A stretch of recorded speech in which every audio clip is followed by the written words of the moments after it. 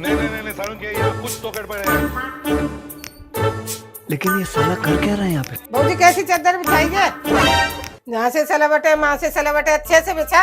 अभी मजा आएगा ना भिड़ो। चादर बिछाए वो ना हाथ का। अरे मम्मी जी, हमारी मम्मी ने बताया है कि ऐसे कोने से करने से ना सलवटें नहीं आती हैं। ऐसे तो सलावटे ही आएंगी। अरे नहीं आएंगी मम्मी जी। अरे ऐसा है, अपने तौर तरीके मायके में छोड़े, अब ससुराल में रह के ससुराल के तौर तरीके कर। ठीक है क्या मम्मी। है? मायके तो सीख के आई, मायके और अभी तो रुको, क्लाइमैक्स अभी बाकी है।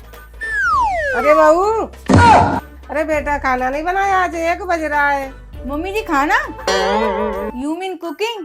अरे मम्मी जी, कल ही तो आपने कहा था मायके का जो कुछ हो वो सब कुछ भूल जाना। तो मम्मी जी मैंने ना आपकी आज्ञा का पालन किया है। जो कुछ भी मैंने अपने मायके से सीख के आई थी ना, वो मैंने ब्रेन वॉश कर दिया है। तो फिर खाना आपको ही। अरे मम्मी जी जा ही रही हो तो 1 कप चाय बना के ले आओ मेरे लिए। अरे रहने दो मम्मी जी, मैं खुद बना के ले आऊंगी।